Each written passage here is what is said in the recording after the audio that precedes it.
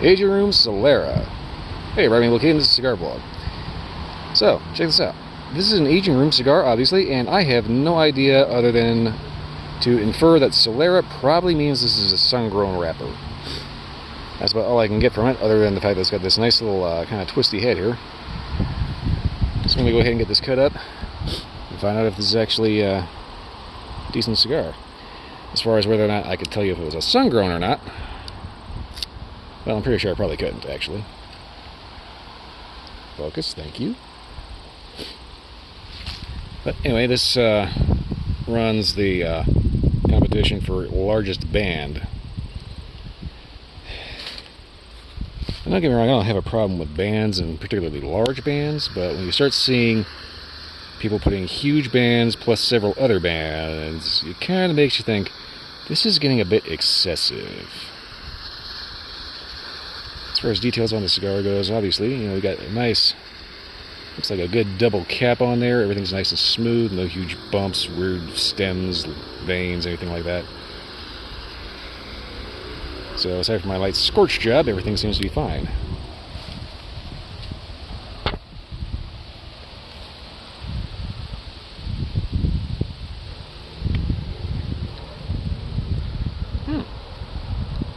That's interesting.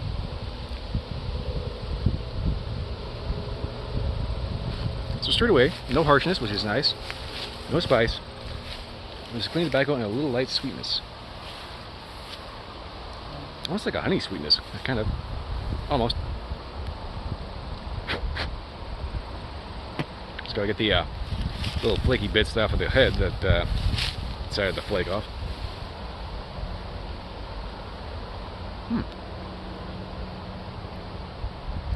A little earthy.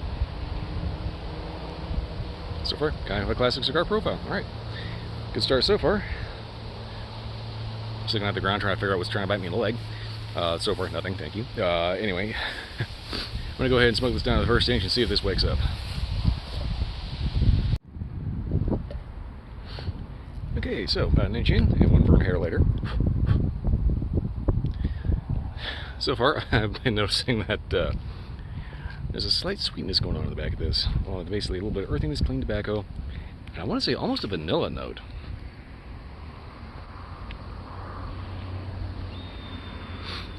Yeah, so far this is shaping up to be one of those cigars that you take your time smoking, because you kind of need to take a little bit of time between puffs so flavor actually, you know, kind of develops and actually becomes noticeable. As in, each puff's going to have kind of a long finish. So far what's there, it's not bad by any stretch. It is a little subtle. Unlike whatever car or motorcycle that is that's making that noise. But anyway, so far flavors seem to be a little subtle, but very much present, which is good. I'm not a particularly big fan of subtle, but you know, as long as it's actually got flavor, preferably without the burnt hair line. I don't know how that happened, but you know.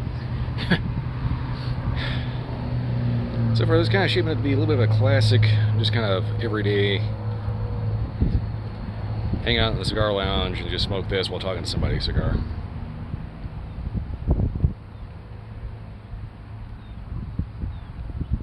There's also a slight bitterness to it. So, I don't know what it's reminding me of. It's reminding me of a little bit of an ale, like a good dark ale. So that right there is a bonus.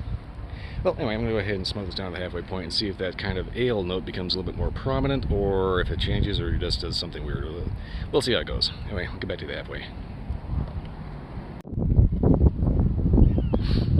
Alright, so the ash just went, so this is a pretty good halfway point. I'm going to kind of stick with the whole, reminds me of an ale flavor, because so far it's kind of got one of those flavor profiles that's a little hard to pin down specifically, you know? It's got a little bit of bitterness to it, a little bit of sweetness, a little earthy, clean tobacco. A little bit of wind in the background. Excuse me whilst I find my buddy the tree.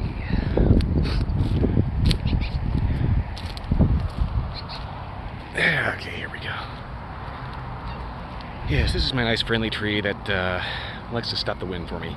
Thank you, tree. Okay, so, anyway, like I've been pointing out, flavors have been a little difficult to actually pinpoint exactly what stands out. But it's very much kind of reminding me of a good ale. You know, like I said, it's got that bitterness, it's got that sweet, it's got a couple other different flavors. The retro ale, on the other hand, is very odd. It's got kind of like an earthy fruitiness to it, which is kind of weird.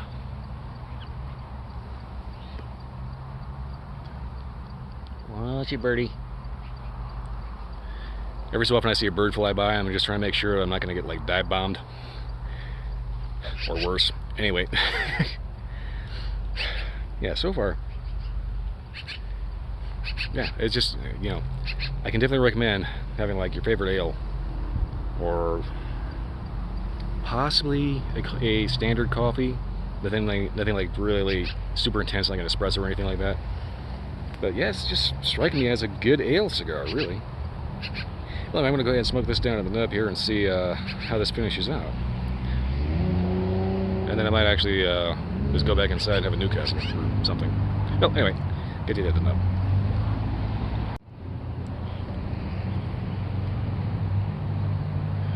That looks like a pretty good ending point, don't you think?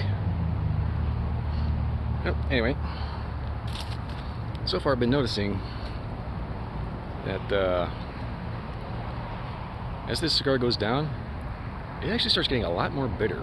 Not like offensively bitter, but there's definitely a certain bitterness to it. And to that regard, it kind of, like, again, still reminds me of a good ale. There's a little sweetness, a little bitterness to it, but as you go, that bitterness kind of becomes a little more prominent and is almost cleansing, really. It's kind of like when you try like a Lafroig whiskey. Lafroig will start off like licking an ashtray, but once you get past that, there's a lot of really good sweet notes to it. The only problem is that this is kind of getting that kind of smoky, earthy bitterness, but that sweet note that it started off with is kind of sort of not there anymore.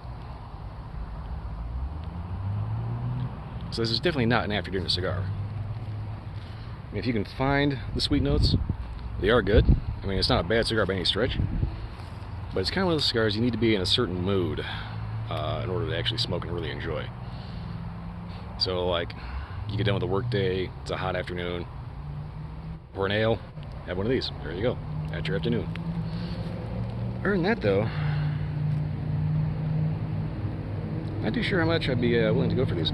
Now the finish, when you just kind of let that last puff linger in your mouth a little bit longer, that's when that sweet note and that kind of nice, you know, inviting, warm, familiar cigar taste kind of comes back in. That just hit me a second ago, so. I mean, it's definitely got its good notes, but it's kind of buried under this kind of bitter earthiness. Not bad, but very, very niche. I'll say that.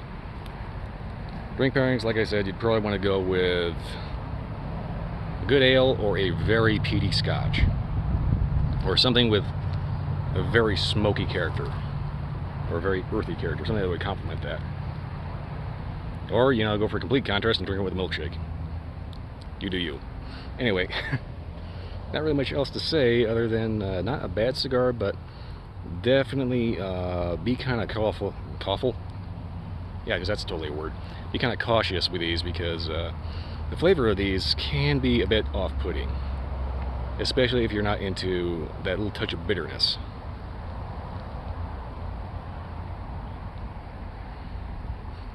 Overall, this one has kind of a little bit more, I kind of want to say kind of a gruff personality, as it were.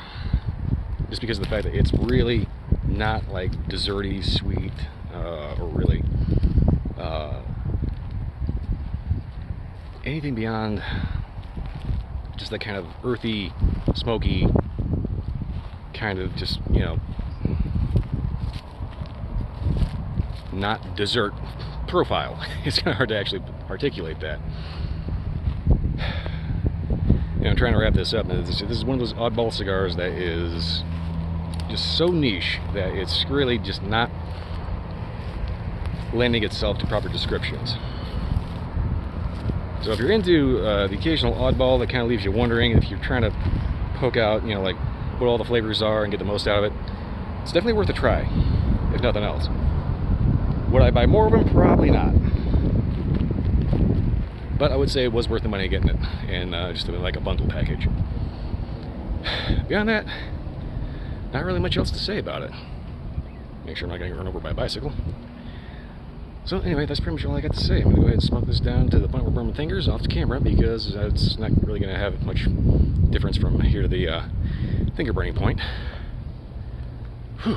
By the way, it was a little warm out here today. Well, anyway, that's pretty much all I got to say about it. If you like this review and you like the review, if you can hear me over the wind, like, subscribe, leave me a comment. Let me know if you've had a different experience or if there's anything you want to see. Also, check out my Twitch streams Sunday and Wednesday nights, midnight to 2 a.m.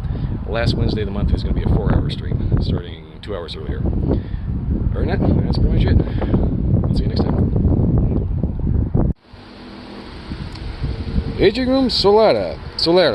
God damn it.